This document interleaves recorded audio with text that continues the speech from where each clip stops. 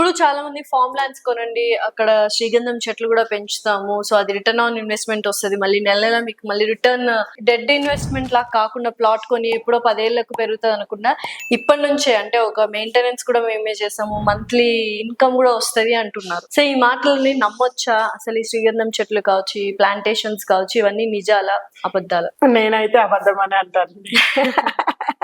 ఎందుకనంటే dead investment అనేది ఎప్పుడు రియల్ ఎస్టేట్ లో ఉండదండి. ఎప్పుడు మనం కొన్న దగ్గర నుంచి మా మ్యారేజ్ అయినప్పుడు వరంగల్ దగ్గర గవర్నమెంట్ అంటే రిజిస్ట్రేషన్ లేని ల్యాండ్స్ కూడా అప్పుడు 30,000కు ఉండే.